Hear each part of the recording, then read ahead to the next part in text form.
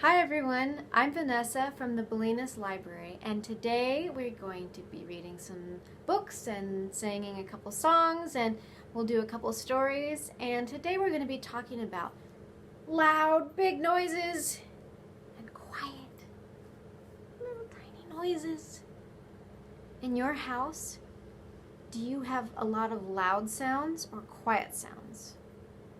Or maybe both? Maybe sometimes in the day there's a lot of different people talking and there's a radio on or a TV on, or maybe everyone's talking and yelling and crying and laughing at once and you're going, I can't think. Or maybe it's so quiet. No one's screaming or crying, and maybe you're the only kid and you're thinking, it's too quiet, it's kind of lonely. You don't know what to do with that quietness. Well, today we're going to read, we'll start with our first book called A Fox Found a Box, talking about different sounds in our world. And this book is by Ged Adamson with permission from Schwartz and Wade Books. And here we go. Let's see what Fox has to say. Fox was searching. Somewhere under the snow there was food, and to find it he had to dive in. Again, ouch! And again. This didn't look like food, but what was it? What is that? Do you know? Nobody seemed to know. I think it's a box, said Owl. There was a stick on the top that moved. There were round things on it that looked interesting. What if I just click? The animals began to swish their tails, flap their wings, and move their feet. It felt nice. What is it? Do you know what this is? I think it's a radio. Sometimes it made them feel sort of sad. Sometimes it made them want to rock out. Looks like some nice loud music. And every night the box's music filled the forest. Until one morning the box stopped singing. The animals poked it. Fox tried burying it and digging it up again. He thought that maybe the box was too cold. Fox tried warming it up. And these all some good ideas. Might as well try. But nothing would make the box sing again. Oh no. Then something happened. Fox heard a sound. It went drip, drop, drip, drop. His ears twitched. His tail swished. One paw tapped, then the other. Fox's whole body moved to the drip, drop beat. Now the other animals heard the forest too. The swish, swish of the wind, and the ch-ch-ch-ch of the geese, and the crunch, crunch of snow underfoot, and the gurgle, gurgle of a river. And they started to notice everything. The smell of the pine trees, the falling snow, the beautiful view. Oh, wow. That is a beautiful view. And every night the animals would nestle down, close their eyes, and let the forest sing to them, sing them asleep. It felt nice. The end. Do you have a favorite song that you like to listen to, whether it's on the radio or a CD player or on an adult's phone? Is there a certain song that you like to listen to? And sometimes, is it hard when we have to turn the music off? And then what happens when we hear just what's going on in the background? If you try to be quiet and you open your ears, what are the different sounds of your house? Let's try it right now. Can you listen? What do you hear? Now let's sing a little song called A Little Secret. And if you can use your hands to clap and then pat your shoulders. So we go clap, pat, clap, pat, clap, pat, clap. What do you hear when you stop and take a listen?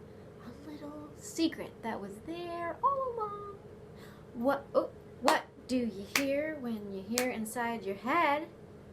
A little secret that was there all along. What do you hear when everything is quiet? A little secret that was there all along. What do you hear when you stop and take a listen? A little secret that was there all along. And what's the secret in your house? What do you hear right now? Next, we're going to read a book called The Sound of Silence by Katrina Goldsaito, illustrated by Julia Quill, with permission from Little Brown and Company. And let's see what happens with this little boy as he searches for silence. Little Yoshio wiggled with anticipation. 3, 2, 1. He threw open the front door.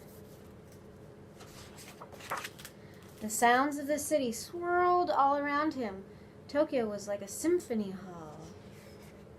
And Tokyo is a very large city in Japan, and maybe you've been there, or maybe you've been to another large city where there's lots of sounds, cars and people all around.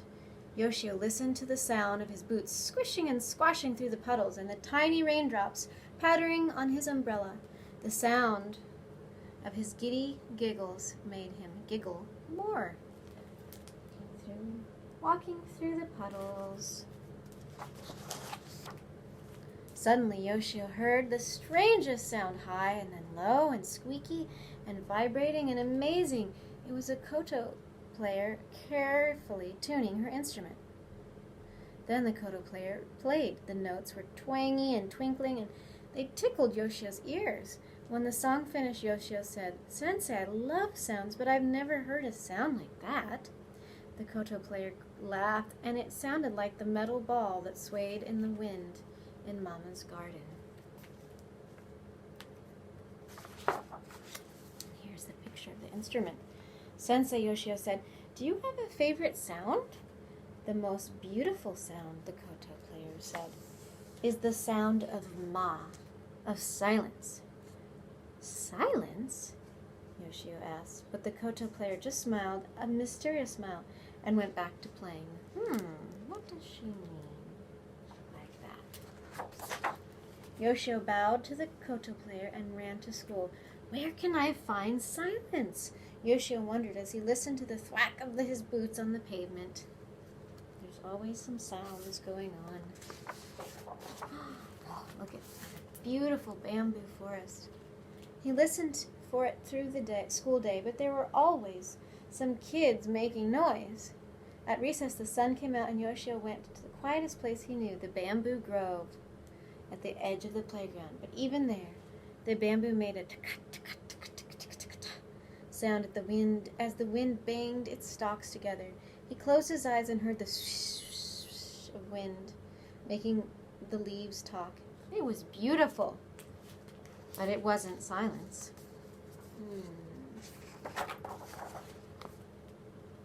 Walking home from school, Yoshio listened hard. He could hear the horns of buses and the whoosh of bullet trains and the beep, beep, beep of the traffic lights. But no silence. Yoshio knew so many different sounds, loud and soft, sudden and soothing. But silence? Where was silence? It wasn't in the dining room, where there were always the sound of chopsticks and slurping and chewing and swallowing. What a noisy family. Silence wasn't in the bath, where even his toes made noise and little droplets of water kept dripping off his nose. Drip, drip, drip, drip.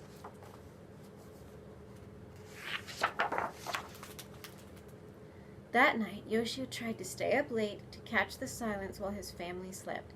But his eyes got heavy and then heavier, and soon the sound of a distant radio became part of his dreams.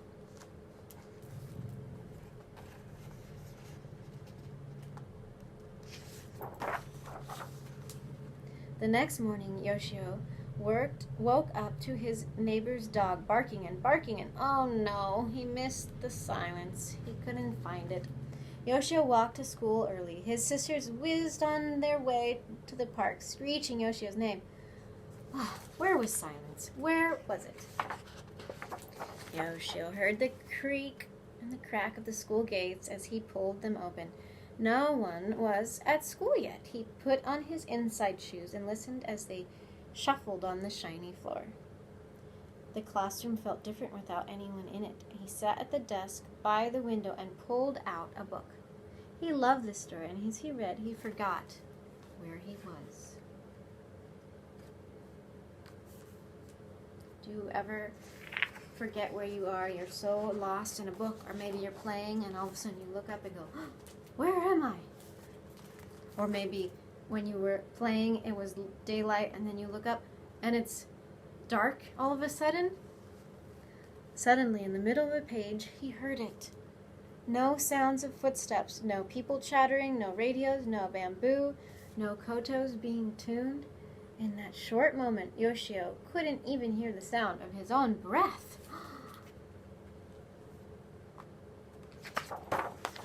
Everything felt still inside him, peaceful, like the garden after it snowed, like feather-stuffed futons drying in the sun. Silence had been there all along.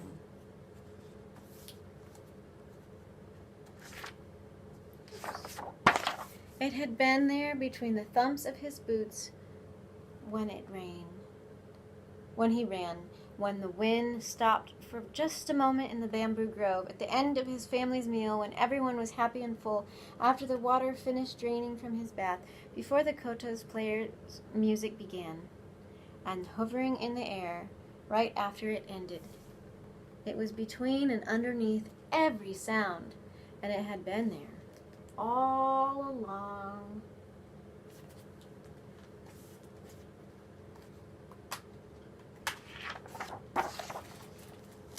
And this is Ma, silence.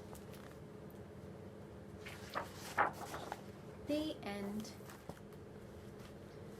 In this book, we learn what the concept of Ma means, meaning silence between sounds, which makes sense because sometimes it's almost impossible to just have straight silence all the time because we're living in a world with lots of different things happening around us all the time.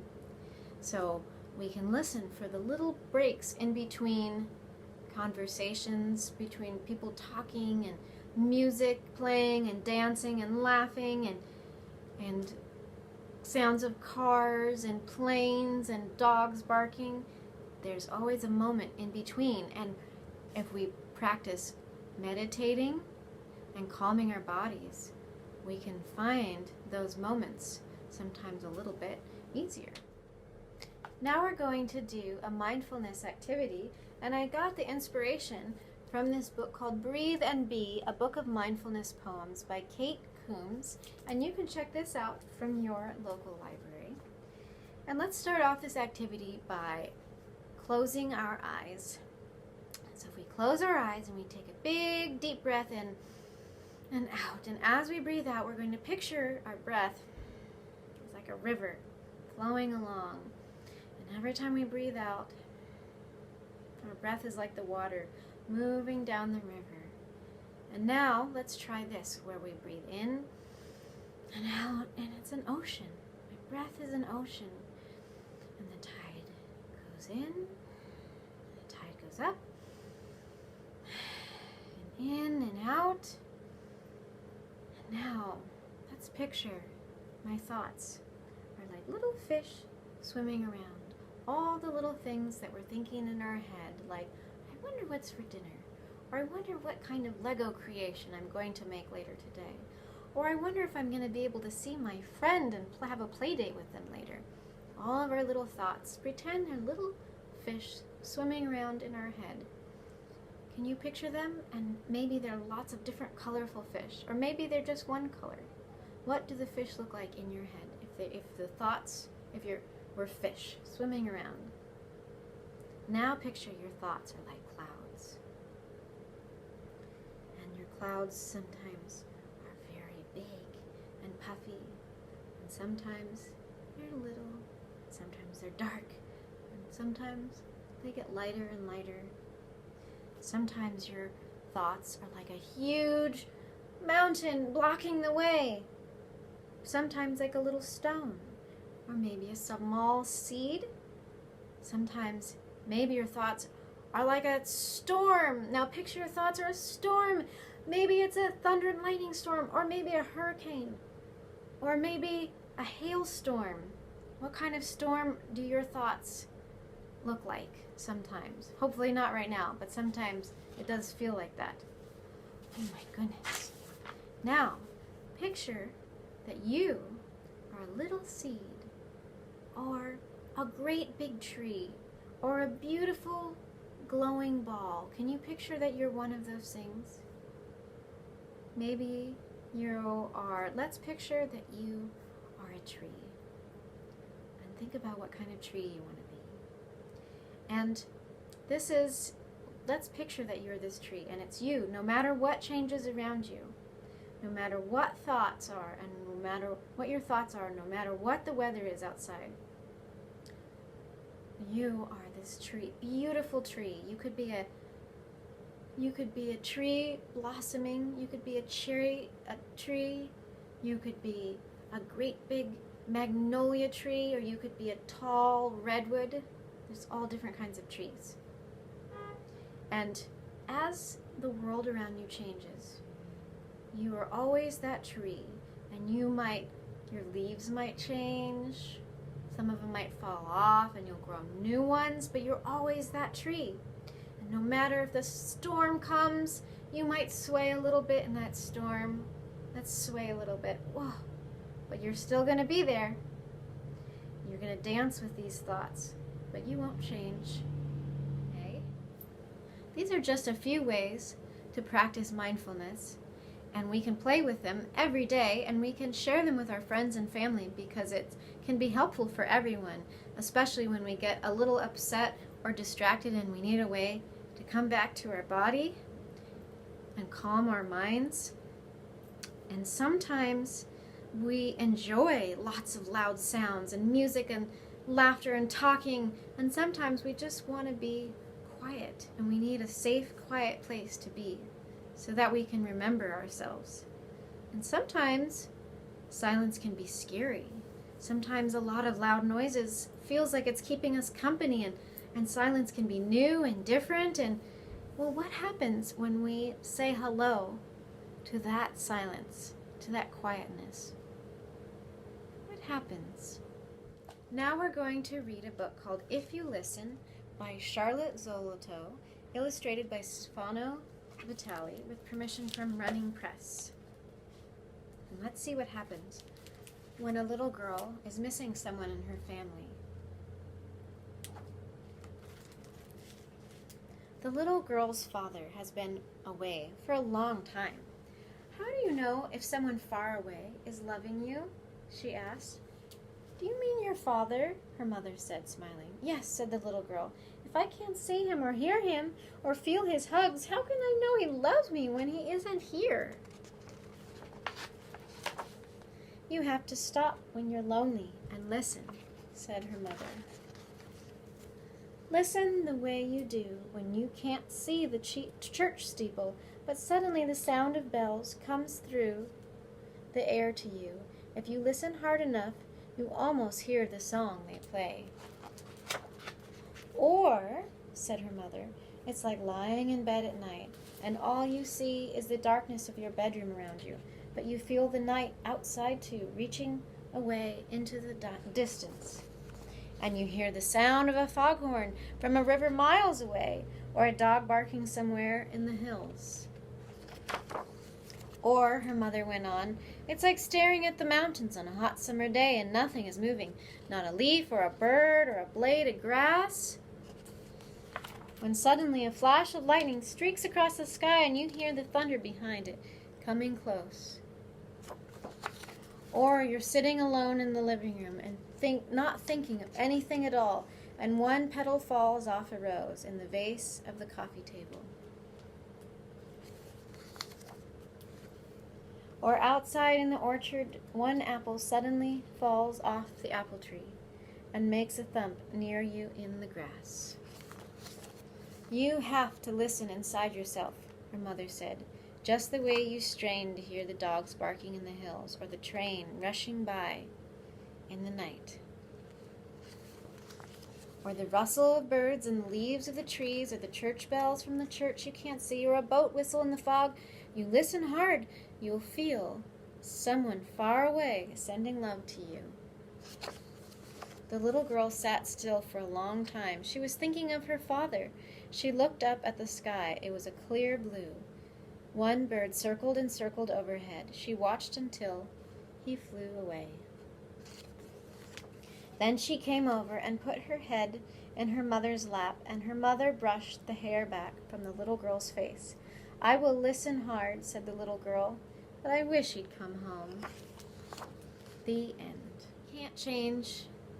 Sometimes it feels like we can't change the way things are in the world, and this can feel very frustrating and upsetting.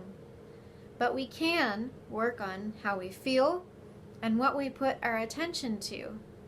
We can check in with our bodies and our minds and our hearts with different activities so that we can act from a place of love and we can make changes in our own ways. When we take deep breaths, it's a good place to start because it calms our bodies. It sends a message to our brains that we're safe and calm. And sometimes even if we start breathing and we feel really angry and we think we're not calm, but after a while, if you breathe a little bit, you realize you kind of trick your body into thinking, oh, okay, now I can make a good choice. And today we're going to do an activity that will help us when we're doing some deep breathing. So these are some little creatures, these are calm collectors that my son Otis and I made. And all you need are some simple materials from around your house. You can use a roll of toilet paper tube, an empty roll, or a sturdy piece of paper that you tape together to make a little tube, and some markers and some pens and some glue and some tape and some scissors and some tissue paper. So you're going to cut the top of the tube off into a little thin strip, and then you're going to cut that strip one snip so that you can make a little arch and glue or tape it on the top of the tube. Then you're going to tape or glue some little strands of tissue paper and then decorate the sides with markers or stickers or however you want. So then when you're having a hard moment, you can, oops, let's see this one. We can blow it, and we can practice while we're breathing deeply. The little strands of tissue will blow into the air, and we can watch as our breath changes. That's just one idea that you can have, and you can keep this close at hand so you can grab it when you need it. Well, that's all for today. Thank you so much for joining me, reading some books and doing some activities and playing some games. And even if the games feel a little silly sometimes, they can also be super helpful in learning how to calm our bodies and our minds and our hearts so that we know how to continue forward and do what we need to do. And I hope that you're doing really good this week, and if you're not, that's okay too. Every day you're learning how to get through the hard parts. Well, I also hope that you're checking out lots of library books, because those can be great ways to calm our bodies down too and connect with a family member or a friend. And until next time, we'll see you later. Bye.